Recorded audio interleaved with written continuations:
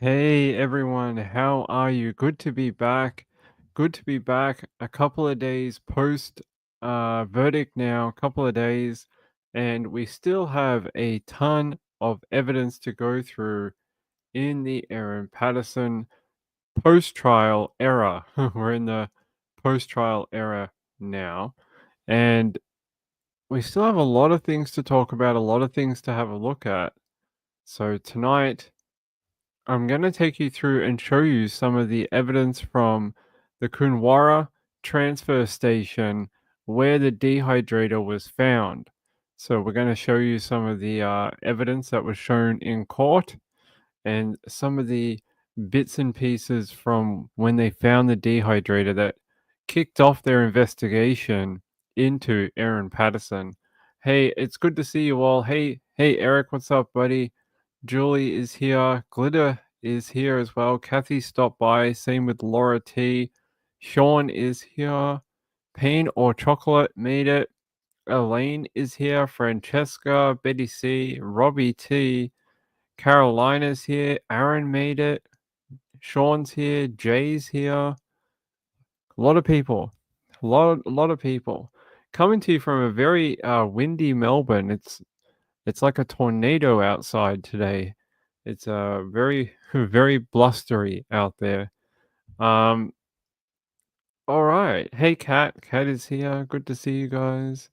Good to. Well, actually, we'll start off with this. So, this afternoon we had a briefing with the Supreme Court, and they were just sort of going over some of the post-trial bits and pieces from the trial, and they were telling us about like the media from the trial itself, and they were saying that in the Aaron Patterson trial, there was over 252 journalists who were a part of the trial. 252, including representatives from 15 international media outlets from the UK, the US, and New Zealand. Also, 9 authors, 7 podcasts and podcasters, that's me, 7 documentary crews, and 1 television drama series.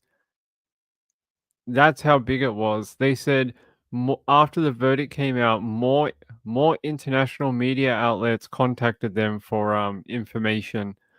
They said here that these figures make the trial the biggest matter media-wise the court has managed in recent history. So this was the biggest trial that the Victorian Supreme Court had done in recent memory. They had never had something like this in a long time. And you hear some of those numbers there that they provided. That is bonkers. Almost 300 journalists were attached to this trial through the Supreme Court. That is crazy. Crazy numbers, including 15 international media outlets from the UK, the US, and New Zealand. 9 authors, 7 podcasts and podcasters, that's me, 7 documentary crews, and 1 television drama. So there you go. So many media outlets, a billion different people who went to this trial. And they said overall that the court was happy with the way the media conducted themselves throughout the trial. Although they said they were less impressed by people covering the trial who, you know, were covering it online or other places, but had no connection to the trial and they weren't getting the proper information about it. So they said those people are, more likely to make mistakes because they don't understand the complexities and the legal laws surrounding it and their legal responsibilities that they had to do at the trial. So overall, pretty good. And yeah, an absolute massive trial. 252 journalists and media outlets. That is a ton of people. Kat said it's been all over the news in the UK. I bet it has. All right. But what you come here for is to see the evidence. And I'm here to show it to you. I want to show you the evidence in the trial. So, first off, I want to show you Erin Patterson dropping off the dehydrator from the evidence. And I'm sure you guys would like to see it. So, here we go. These are taken from a CCTV camera, and there you go. There's that little red car that has popped up again, and this is Erin Patterson at the Koonwarra transfer station, dropping off the dehydrator. And as you can see, she got it from her vehicle, and she's going into the shed here to drop it off. There you go, Erin taking it into the transfer station. And I also have her vehicle arriving at the waste yard. So there's Erin. I don't think I can make it any bigger than that, but there's Erin driving up to the transfer station to drop off that dehydrator. So there you go. We saw this in court when they were talking about it, and you can see her sort of in that window right there. All right, what else do we have? All right, I want to show you what the cops found. So we heard at trial that the cops actually rang the Koonwarra transfer station and asked one of their workers to go and check the area where Erin, was at the place dropping off the dehydrator.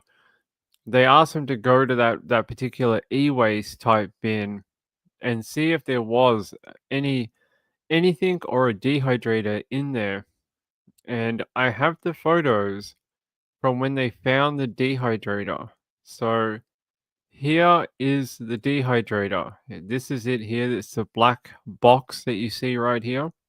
This is the dehydrator that you heard so much about at the trial. So you are seeing what the cops found. There you go. There's the dehydrator in its entirety that she dumped after she made this lunch. There's the like the shed that you go into and put your items, and it just shows you where it's located at the Koonwarra transfer station. And there's the e-waste bin that she put the dehydrator into. So there you go. There you go, that dehydrator that we've all heard so much about. So there we go. What else do we have for you? Da, da, da. Okay. So I have the receipt from when she paid for the item too. So here is the receipt that she paid for, and you can see e-waste bag under 120 liters, and she paid via FPOS at the Koonwarra transfer station, and she did this on the 2nd of August 2023 at 11:34 a.m. in the morning. So this is a few days after that lunch. So you can tell it's only after a few days after the lunch when she knows these people are very ill in hospital. And she goes, one of her first thoughts is to go and dump this dehydrator. Um, Jay says, what I come here for is a detail. Thank you. I appreciate it. So there you go. There is the proof that she paid for that, uh, you know, dumping of her e-waste at the transfer station. And what else? So what ties this back to Erin Patterson besides the image of her driving there and dropping it off? Well, I have the receipt from her buying it.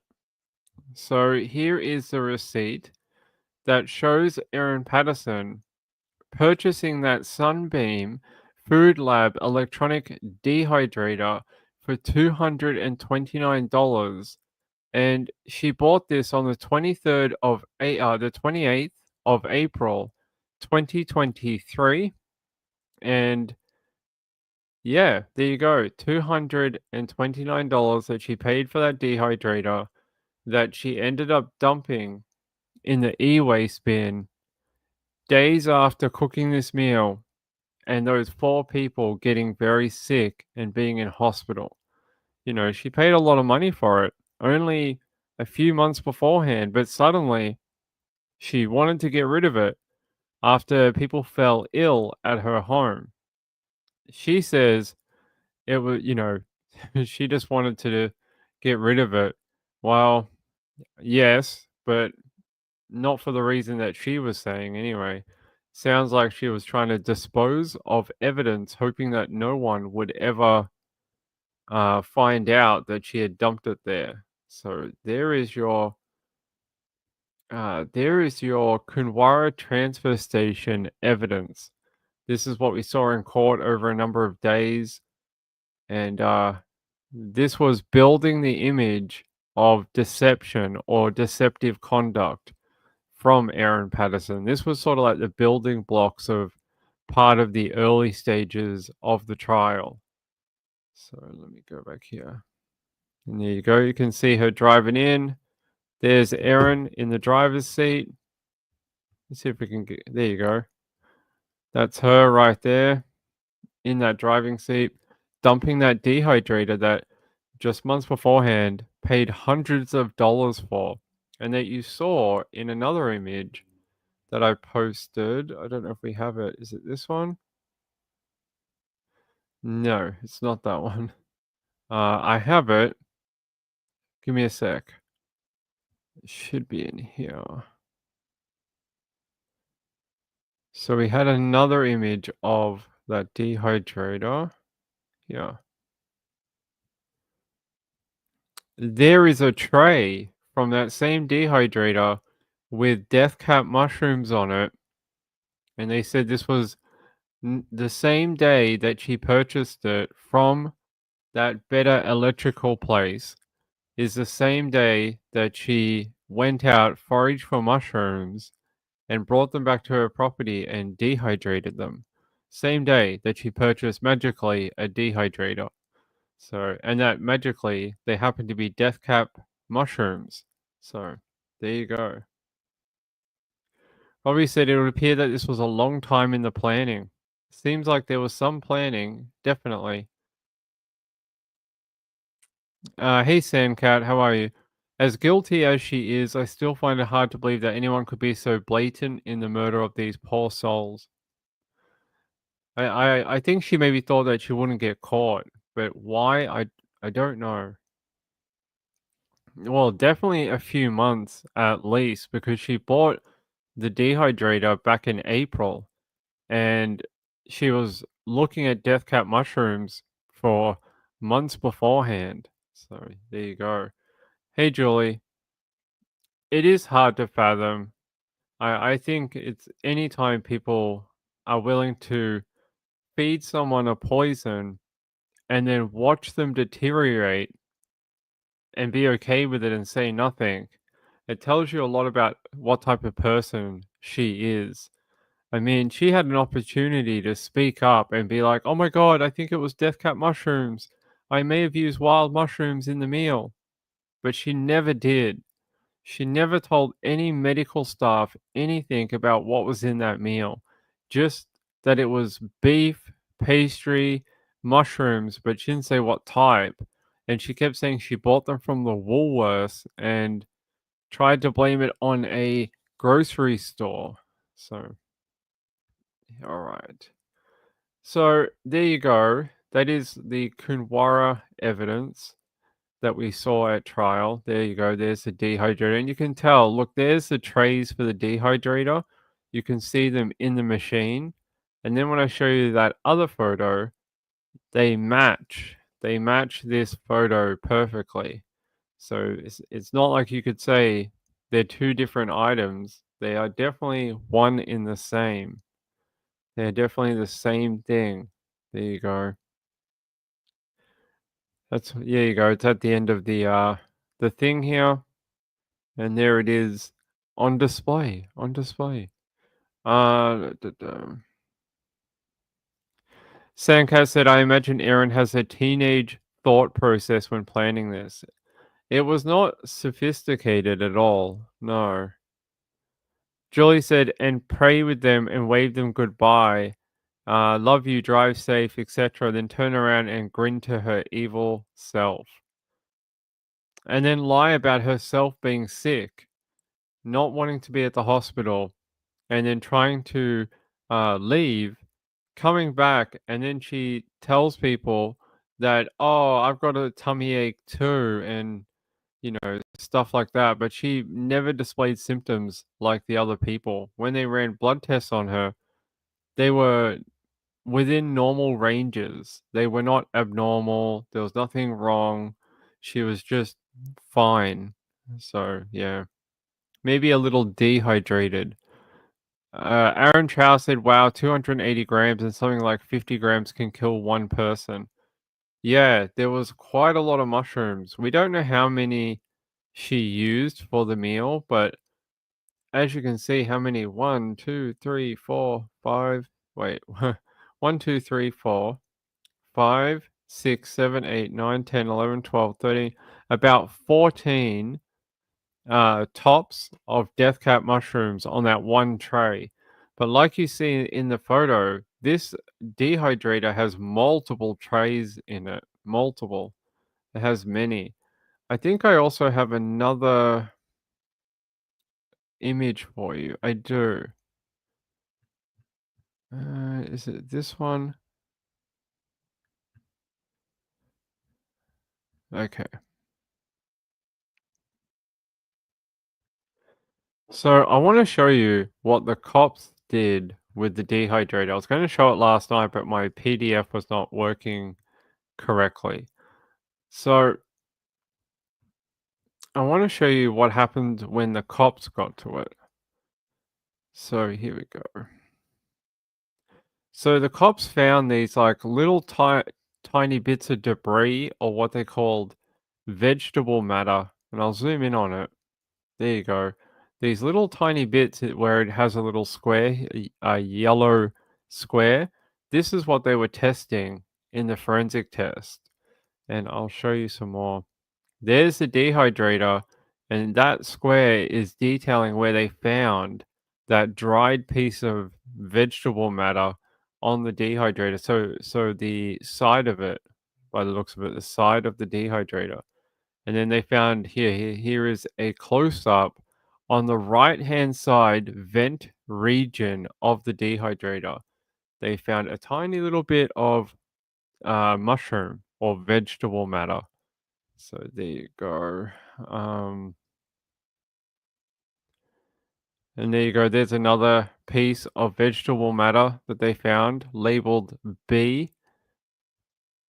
And they showed you where they found this vegetable matter. It was right here on the door of the dehydrator, and it's within this little box. You see this little dotted line box here? It's within here is where they found it. These little specks that you can see. I'll zoom in. So you can see these little tiny specks of vegetable matter. This is what they were retrieving and testing. So there you go. If we go down, there you go. There's some close-up photos of the little bits of vegetable matter designated as C. There's some more close-up photos of that vegetable matter. You can see the little particles that they're talking about. And there it is. Um, Vegetable matter labeled C. And then they found more here. I'm not sure what this is. A vent or something? What is it? I'm not sure what that is. Oh, it's a tray. A tray, like a silicon tray, maybe? Yeah, they say a tray insert. So they found some more within this tray where the little purple boxes are here. This is where they found some more vegetable debris. And there's that vegetable debris inside that purple dotted line. There you go. Labeled specimen D. And they retrieved it from this dehydrator. There's another one. There's one of those racks that we saw the mushrooms on in the other photo. There inside that red box is where they found more of this vegetable debris. And then they put it in this test tube. You can see the little particles within the dotted box here. And then they found some more on another tray within the blue box here. Let me see if I can zoom in a bit. It's a bit hard to see on the blue background, but there you go. And there is the specimen inside of the little jar. And this is the dehydrator from the front. And I'm pretty sure they found some more. There is some more vegetable matter and debris is what they're calling it inside the light pink area. You can see the little specks of it. So for someone who didn't want to get caught, she did not clean up very well because they found quite a lot of, you know, bits of mushroom inside of her dehydrator. So there you go. That is the forensic sort of examination that they did to her dehydrator after they found it at the Koonwarra transfer station. And they tested some of these samples, and some of them came back negative for Amanita phalloides, but some of them came back positive for Amanita phalloides. So not all of them were death cap. Some of them were button mushroom. And I have a photo to demonstrate that if I can grab it. It's not that one. Hold on, there's another, not that one.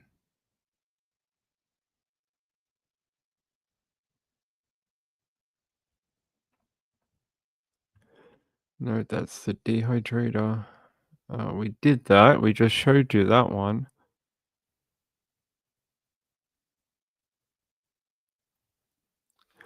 Come on, my friend. All right, let's see. Screenshots. Is it that one? Uh-huh.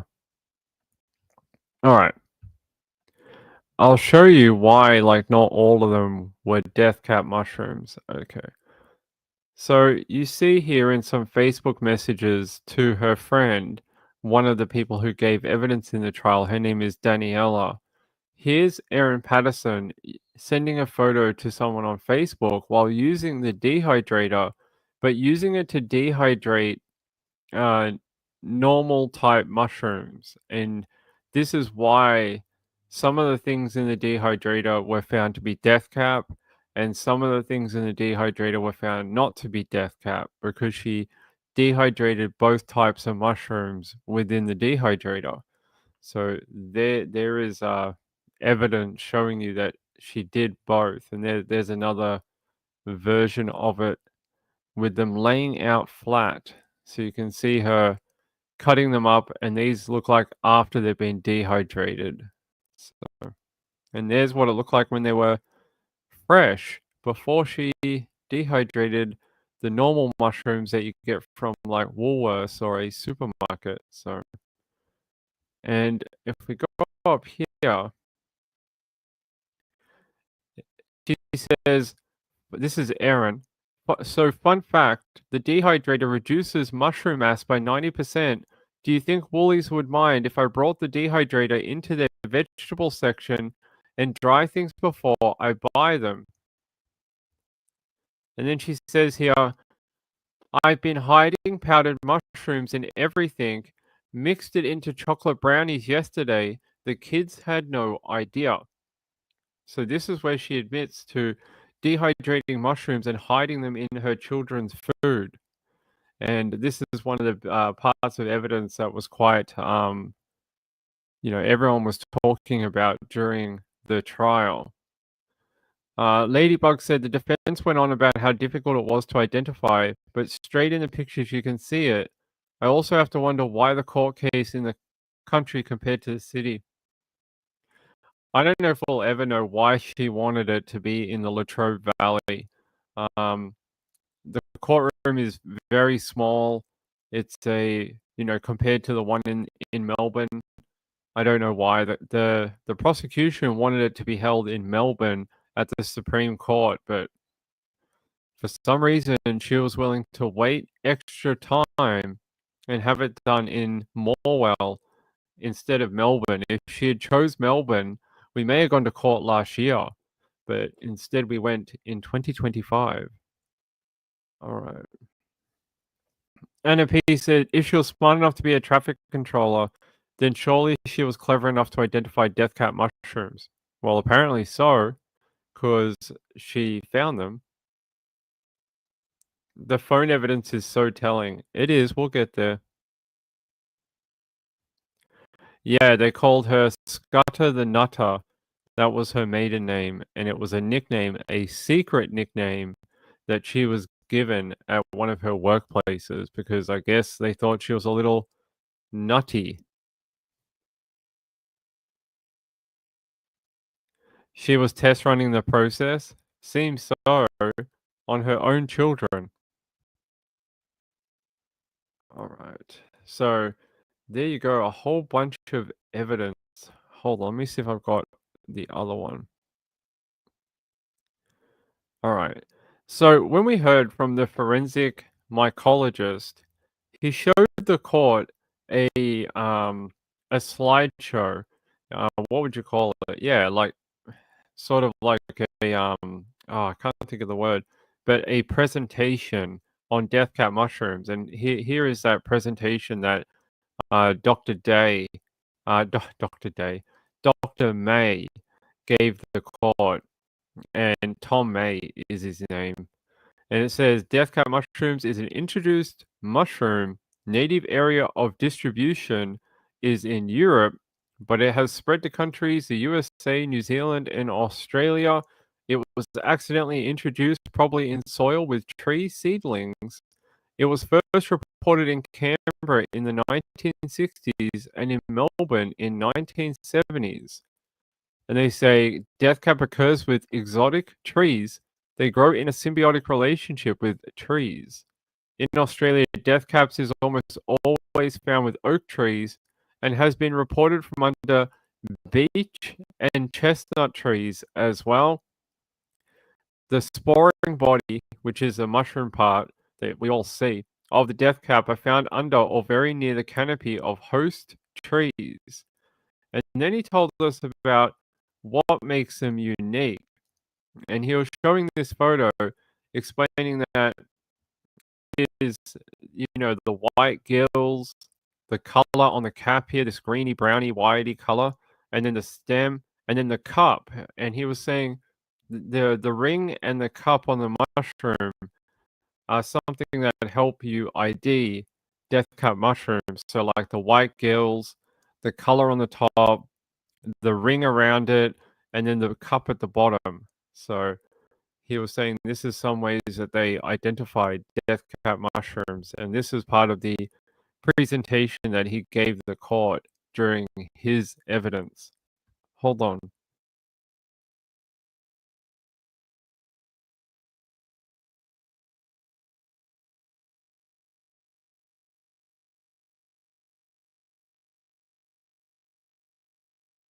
All right. So there you go. This is from Dr. Tom May. And he's saying this is how they change in appearance as they grow. So they start off like this little one on the left, and then they sort of go through this chain and then mature into the final one on the right. So you can see how they look different throughout different portions of their life. And he said when young, the whole mushroom is covered by an outer membrane called the universal veil that breaks to form a cup at the base of the stem and may also leave one or more patches on the cap. So apparently that's the cup, and the universal veil is this white thing here, and it can cover the entire mushroom when it's young. He says the cap typically greenish or yellowish, but may have whitish or brownish with or without white patches. And then there you can see the white patches here on the top of this mushroom from the universal veil when it broke. So there you go, some examples of death cap. He said the gills are white and remain so at maturity. And he says the stem is white to pale yellow, and the membrane, a partial veil, initially covers the gills and breaks to form the skirt-like ring. Partial veil sometimes hangs off the cap edge. So you can see on that mushroom there, it has part of that veil still hanging from the edge of the cap. And then he says partial veil here with the arrows. And then he says, when old, the cup remains at the stem base and the ring collapses. And he says, cup at swollen stem base. So there you go. And collapsed ring. So, and he says, one way they do these mushroom IDs is to take a spore print, very similar to a fingerprint, and they put it on a piece of white and black and white paper, and then they put the mushroom there. They just sort of leave it on there overnight, and when you take it off, it leaves like a fingerprint, but it's a mushroom print, and it'll show you what the gills look like and what color the spores are. And he says white spore print can be seen when dropped onto gray or black paper.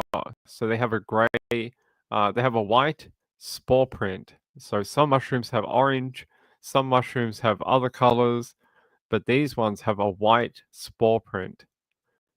Um,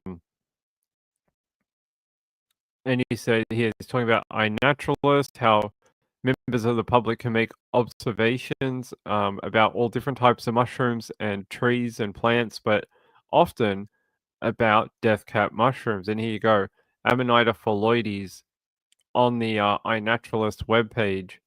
Many sightings of it all over the world. And he's showing you some observations here from iNaturalist. And he says, this is the observations for death cap mushrooms in the southeastern part of Australia.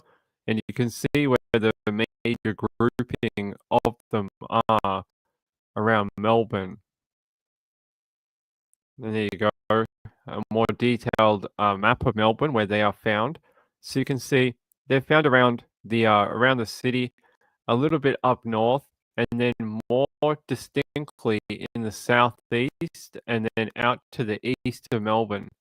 You see that big grouping of death cap reportings. So often in these places in Melbourne. And he said,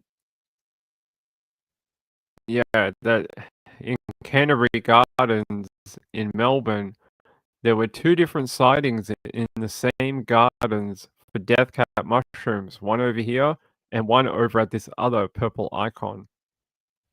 And that's him. That is Mr. Funky Tom. And this is where he observed a death cap mushroom and made a post about it, reporting it on iNaturalist. And this is a worldwide map showing you sort of the reports of iNaturalist death cap mushrooms around the world. And you can see like in Europe, in the Americas, on the East Coast, and even some on the West Coast as well. And then in Australia and a few other places. But very few to none in Asia. Very, very, only one or two sightings in the whole of Asia. And then there's another map of death cap mushrooms around Melbourne. And he says there are some lookalikes for death cap mushroom, including one called a stubble rosegill.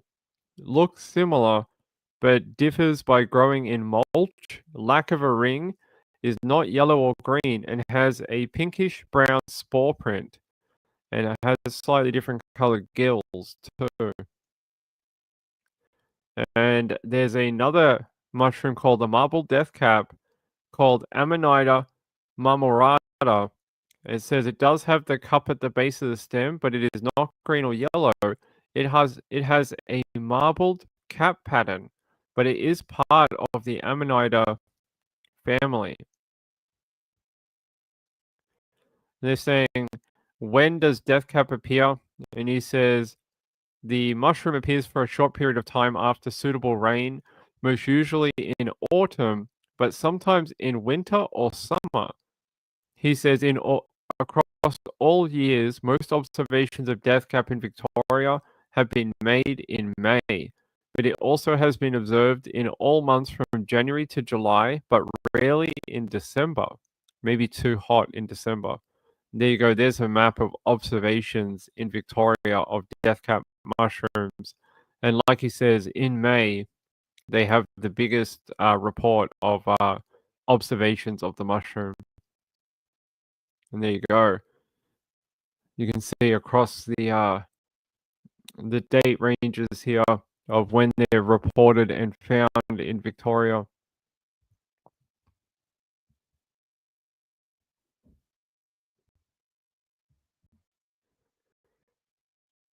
Yeah, I don't know why it's doing that. I'm not sure why not sure why it does that. We've changed the microphone, but it's still doing it. I'm not sure why it does that every now and then.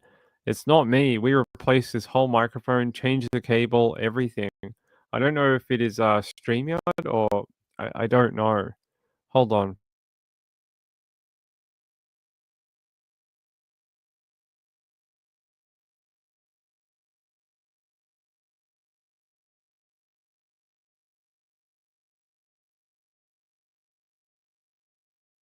Yeah, I'm sorry. I don't know what causes the crackling. I hear it on the replay too, but like I said, we've replaced all the microphone, all the cables. Like this microphone's brand new.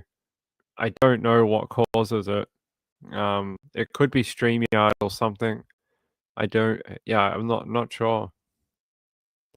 What do they say here? Yeah, just time of death cap appearance at South Yarra varies year to year, but still often in those early months of the year before around fall and winter or autumn and winter.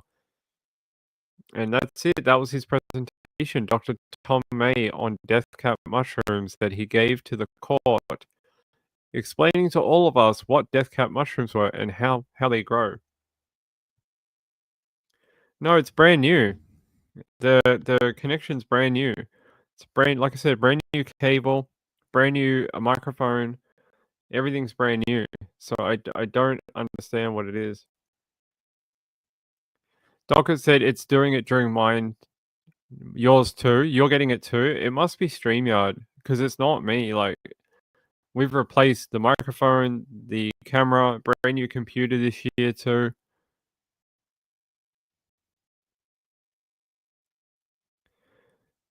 No, it's like I said, this microphone's less than a couple of weeks old. It's not me. This microphone we bought only 2 weeks ago. It's brand new. The other one we had for 3 years. So I don't know what the cause of it is. I'm not sure. I don't know. And it's like I said, brand new USB cable, brand new everything. So I it's got to be StreamYard itself. It's the only thing it's the only thing we haven't changed. The only thing we haven't changed is StreamYard. Everything else has been replaced or changed over the years, and we're still getting the crackling. So I think it's got something to do with how they process audio or something like that, or how they, I don't know, how they deal with multiple input sources, or I don't know. Yeah, I think it is StreamYard. It has to be. Because like I said, yeah, we just replaced this. This is only a couple of weeks old, and then the camera's brand new. And it's funny when I was speaking on the other day, this for some reason this microphone got overridden by the camera, and I was talking, but it was going through the microphone in the camera. It was still doing it. It was still crackling. So it's not. It can't be both the microphones because they're connected into different USB ports. So, so it can't be both at the same time. Yeah, it could be.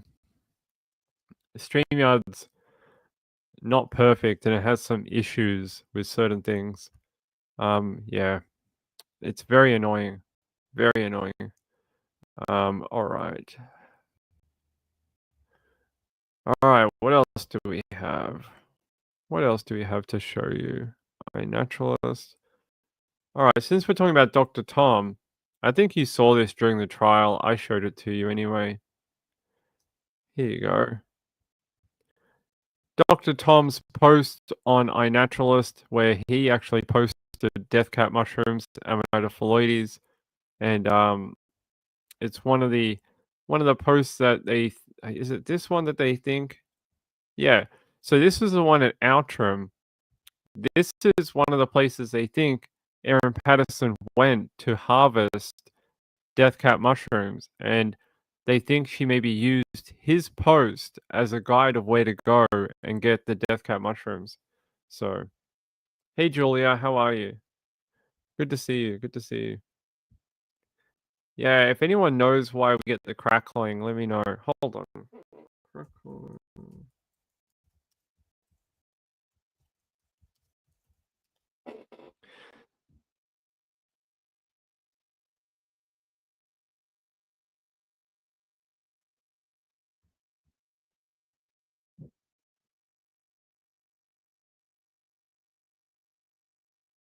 I'm just having a look if anyone knows.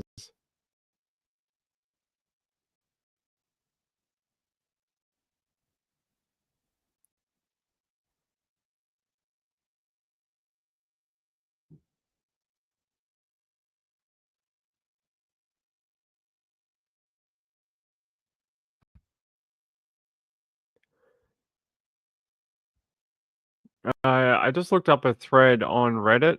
They said that it's a common complaint with StreamYard. Why, I don't know. Yes, that's what I'm doing. I'm eating rice bubbles. That's what I do during my live shows, 100%. Hold on. I can try fix it. Hold on.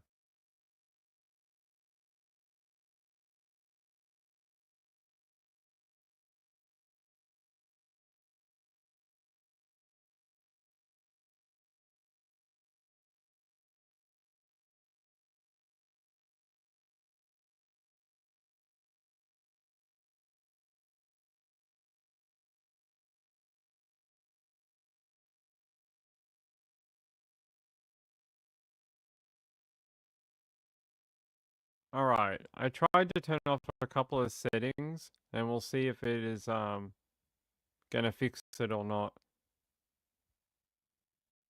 Eat Funyuns. I don't think we have them here. I don't think we have them here. I've turned off a couple of settings. We'll see if it fixes it. I don't know. Well, well, I don't think we get those here. I don't think we get Funyuns in Melbourne. Or we might, but I don't think I've ever seen them. Okay, okay. Snap Crackle Pop also. Weird. Yeah, I don't know. We get nights where it's worse than others. I don't know what causes it. I've turned off one of the enhancement settings, and I'm going to see if that fixes it. It may not. Let's see. Location timeline. Pork rinds? I don't know if we get those. We do sometimes. Let's see. I'm just trying to see if we have another one here. Okay.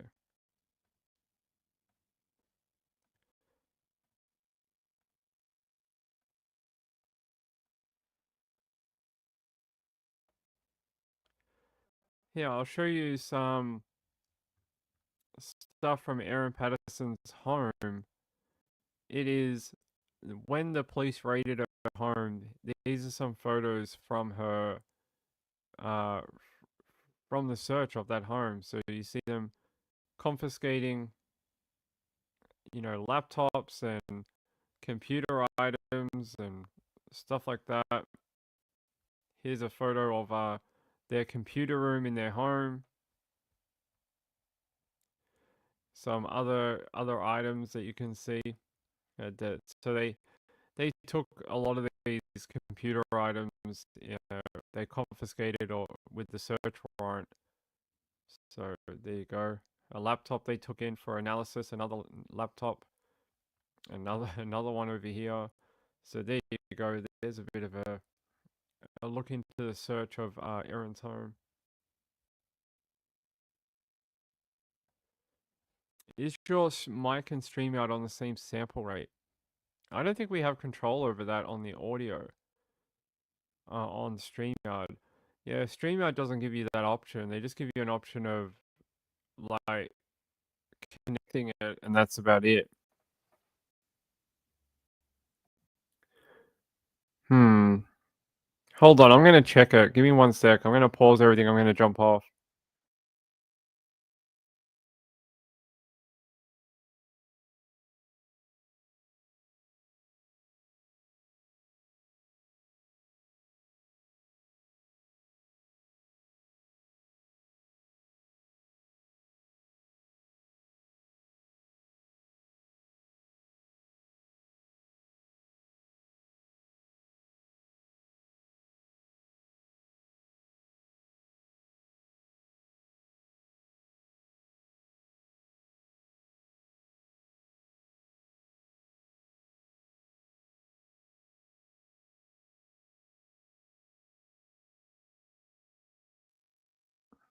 All right. I went back and had a listen to it. It's StreamYard. So every time I scroll, like on one of the evidence things that we're looking at, it jitters and messes up. So you'll see whenever I touch something that's outside of the normal StreamYard browser, it plays up and it'll mess with the audio.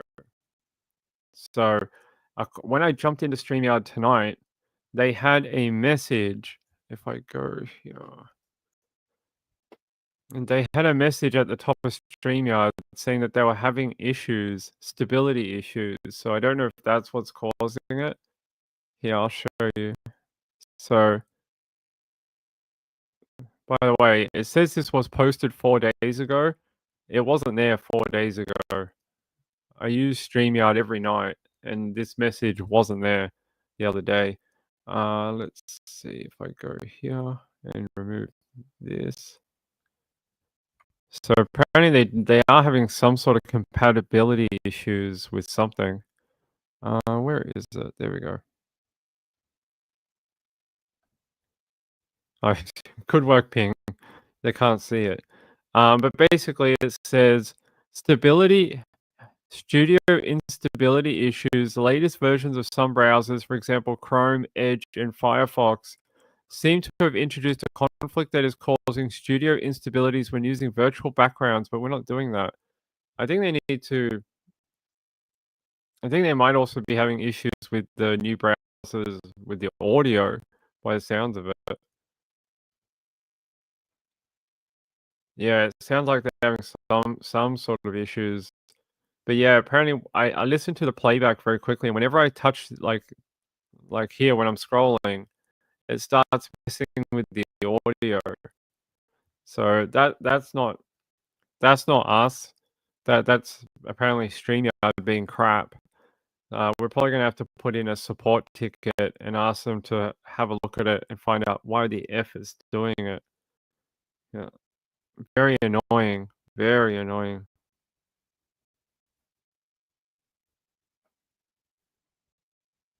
Yeah, I don't know why it's doing that.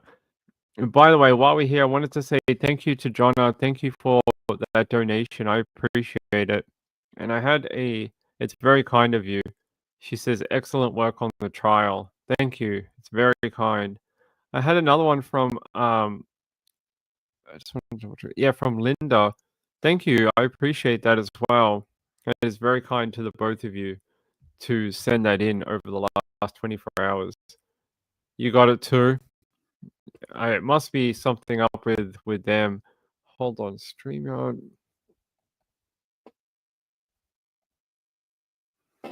Yeah, you can hear my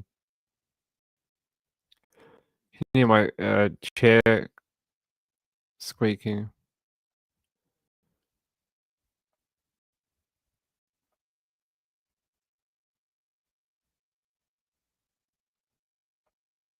Da, da, da.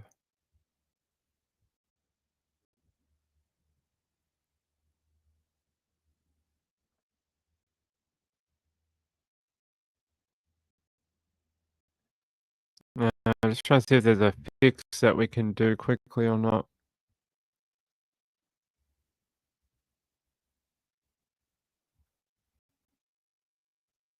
Hmm.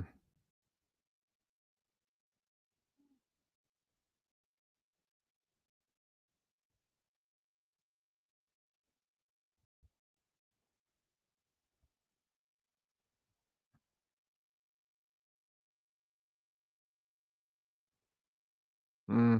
All right, hold on. I'm gonna try fix it. Hold on.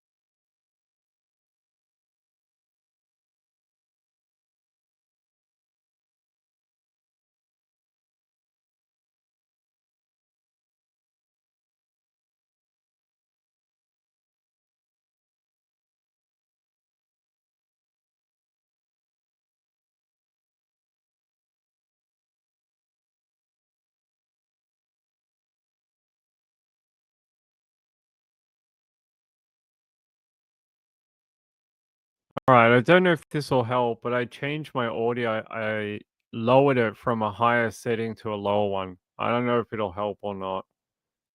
But I do remember I changed that recently. Although this has only sort of been doing this tonight. It wasn't doing it the other day. All right. Let me know if it fixes it or not. If not, it's a StreamYard thing and we're gonna have to wait for them to fix it. Wow, how annoying. I heard it on the replay when I jumped off for like a minute. Freaking annoying. Let's see.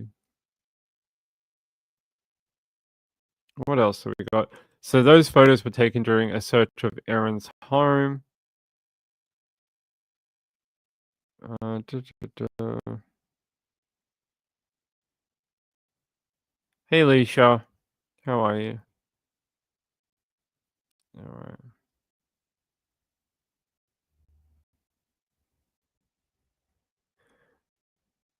All right. I actually I don't want to continue if the audio is busted.